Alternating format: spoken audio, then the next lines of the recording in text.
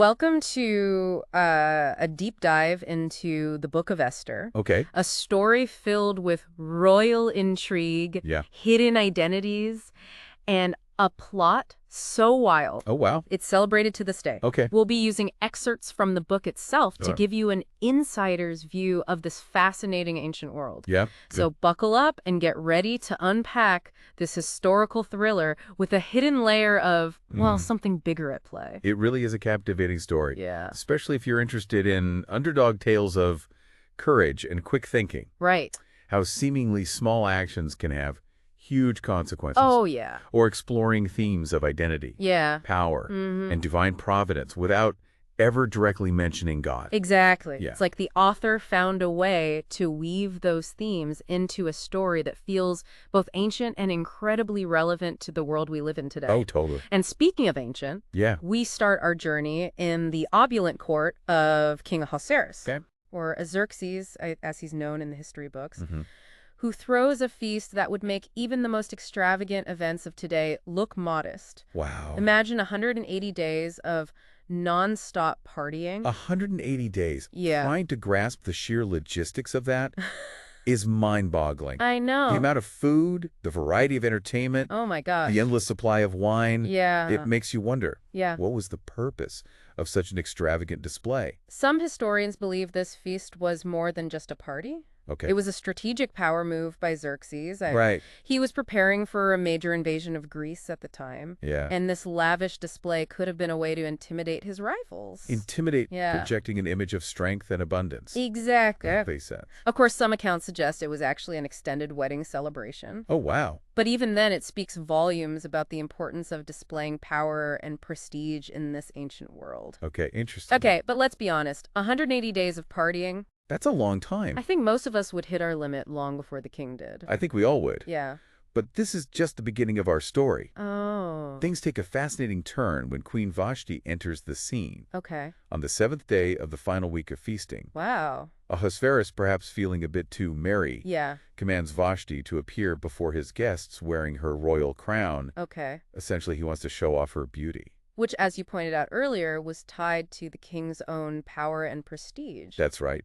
It's a detail that might seem strange to us now, but it underscores the very different cultural norms of this era. Absolutely. Yeah. Vashti's refusal to obey the king's command is a truly pivotal moment in the story. Oh, yeah. To challenge a king's authority in ancient Persia was an incredibly bold and risky act. Right. And the text leaves us to ponder her motivations. Yeah. Was it pride? Yeah. A sense of self-worth? It could be. Perhaps a fear of being objectified and reduced to her beauty in front of the king's court? That's a really good point. Yeah. It's a question that really makes you think, doesn't it? It does. Would you have risked everything to stand up for yourself like that? Right. Especially when the consequences of defiance could be so severe? Her refusal set off a chain of events that changed the course of history, Wow. leading to her removal as queen and paving the way for our main character, Esther. Oh. It's a perfect example of how seemingly small actions can have massive ripple effects. That is true. Yeah.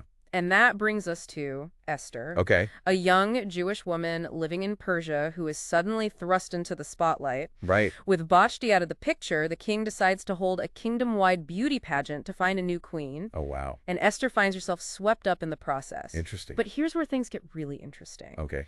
Esther is living with a hidden identity. She's concealing her Jewish heritage to survive in the king's harem. Right.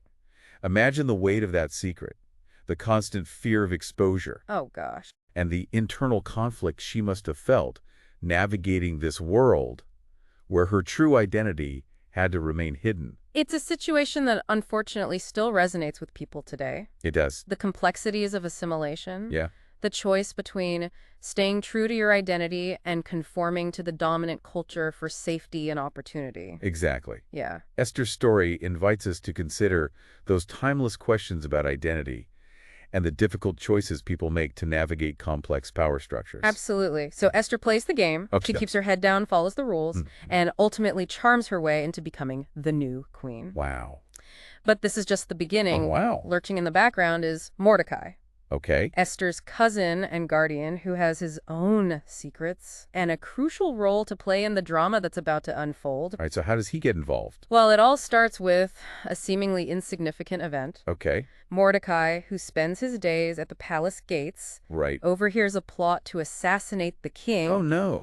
It seems like a coincidence, Yeah. but it sets the stage for a series of events that will have far-reaching consequences. And how does he react to that? Talk about being in the right place at the right time. Perhaps something more. Right. It's interesting to consider this incident through the lens of divine providence, Okay. a subtle suggestion of a higher power orchestrating events behind the scenes. Even though the story never explicitly mentions God, Yeah. this moment hints at a deeper layer at play. That's a great point. Yeah. Mordecai doesn't hesitate. He Ah. immediately informs Esther, Okay. who then warns the king, and the assassination plot is foiled. Wow. You'd think Mordecai would be showered with rewards for his heroism. You would think so. Wouldn't you? Yeah. But instead, the story shifts focus to a new character, Okay. a character who will soon become our villain. All right. Haman. Haman is the king's right-hand man, a powerful and ambitious figure, and he has a deep-seated hatred for Mordecai stemming from a seemingly small act of defiance. What's that?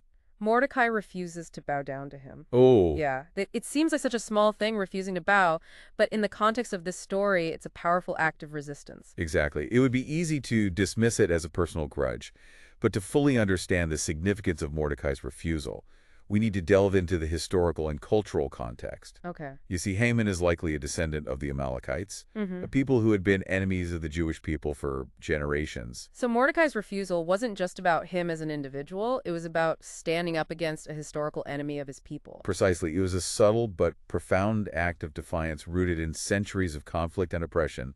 It speaks to the deep-seated resentment and animosity that existed between these groups.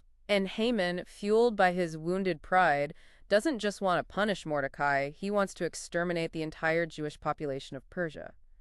It's a chilling example of how prejudice, when mixed with power, can lead to unthinkable acts of violence. It's a chilling reminder of how quickly hatred can escalate, how easily it can morph from a personal grievance into a genocidal campaign.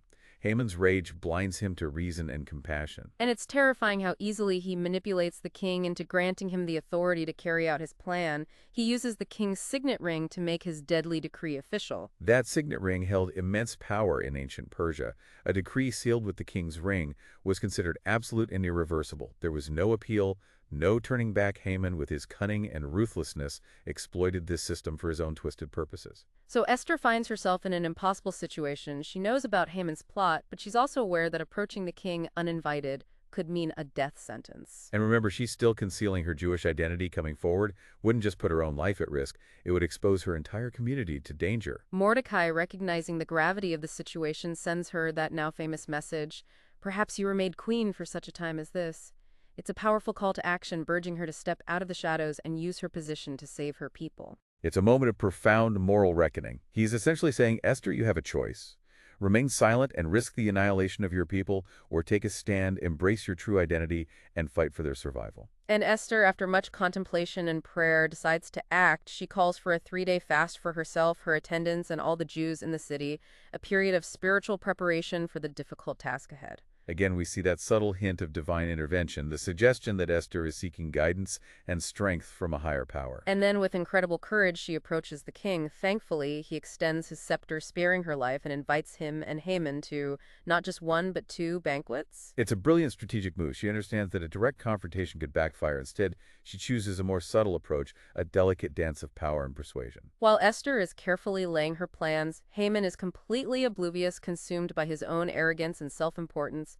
He boasts about his wealth and status, reveling in the fact that he alone has been invited to dine with the queen. His pride blinds him to the danger that's closing in. He's so focused on his own perceived greatness that he fails to see the web Esther is weaving around him. And then, in a twist of fate, the night before the second banquet, the king finds himself unable to sleep. He asks his servants to read to him from the royal chronicles a record of everything that has happened in the kingdom. It seems like a trivial detail, but it sets the stage for a dramatic turn of events. As they read, they stumble upon the account of Mordecai uncovering the assassination plot. The king is suddenly struck by the realization that Mordecai has never been rewarded for his heroism. The timing couldn't be more perfect, just as the king is recognizing his debt to Mordecai. Haman walks in, eager to ask permission to execute Mordecai on the gallows he has already built. The irony is almost too delicious. Indeed, the king, thinking that Haman has come to suggest a way to honor Mordecai, asks him, what should be done for the man the king wishes to honor? And Haman, blinded by his pride, assumes the king is talking about him. He lays out this elaborate plan describing the royal robes, the grand procession, the ultimate display of honor and adulation. And the king, with a mischievous glint in his eye, says, "Excellent, do all of that for Mordecai." Imagine Haman's face at that moment. The man he despises, the man he's plotting to kill, is about to receive the highest honor in the land. It's a moment of poetic justice, a reminder that pride often comes before a fall. Haman, consumed by his hatred, has unwittingly orchestrated his own downfall, but the true climax of the story is yet to come. It's at the second banquet that Esther finally reveals Haman's plot and her own hidden identity. I bet the tension in that room must have been palpable. Oh, yeah. Here is Esther risking everything to expose Haman's treachery, Wow. revealing her true identity to the king and pleading for the lives of her people. It's a truly pivotal moment. Right. Not just in Esther's personal journey, but in the history of the Jewish people in Persia. Mm-hmm. She's no longer a passive player in the king's court. She's a courageous leader, willing to stand up for what's right, no matter the cost. And Ahasuerus, realizing the depth of Haman's deceit and the danger he has unwittingly put his kingdom in, Oh, yeah.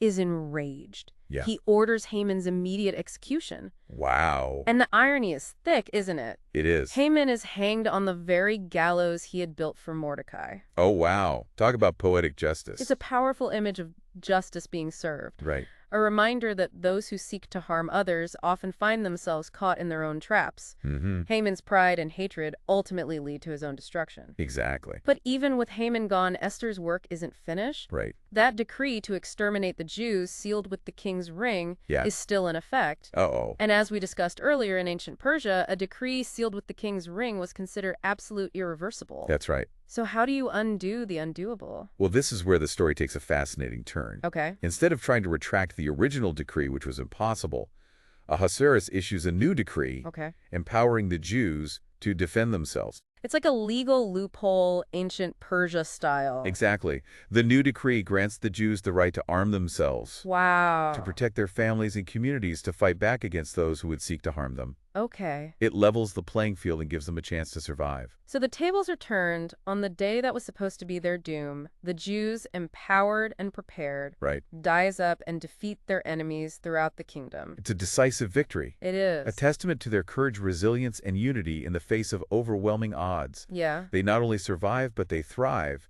Mordecai is elevated to a position of power second only to the king. Wow. And a new holiday is established to commemorate this miraculous deliverance, Purim. And Purim is celebrated to this day, a joyous festival filled with feasting costumes and the exchange of gifts. That's right. It's a celebration of survival, a reminder of how the Jewish people overcame a threat that could have wiped them out. Mm-hmm. But it's also a celebration of courage, Absolutely. of the power of one person to make a difference. The Book of Esther, with its intricate plot and subtle exploration of faith and identity, offers us some powerful lessons that resonate even thousands of years later. Yeah. It reminds us that even in the darkest of times, when all hope seems lost, there's always the possibility for change, Mm-hmm. for good to triumph over evil. It teaches us about the importance of courage, the need to stand up for what's right, even when it's dangerous. Absolutely. And perhaps most importantly, it reminds us that we all have a role to play in shaping the course of history. That's a good point. Whether we're facing down a genocidal tyrant or simply trying to make our corner of the world a little bit better, each of us has the potential to make a difference. That's true. As you reflect on the story of Esther, consider this. Okay. How do you interpret the seemingly coincidental events that led to her rise to power and the ultimate salvation of her people? Do you see a guiding hand at work, even though God is never explicitly mentioned? And how does that understanding shape your view of the world and your place in it? It's a question worth pondering. Thank you for joining us on this deep dive into the Book of Esther. We hope you've gained a deeper understanding of this captivating story and its enduring relevance to our lives today.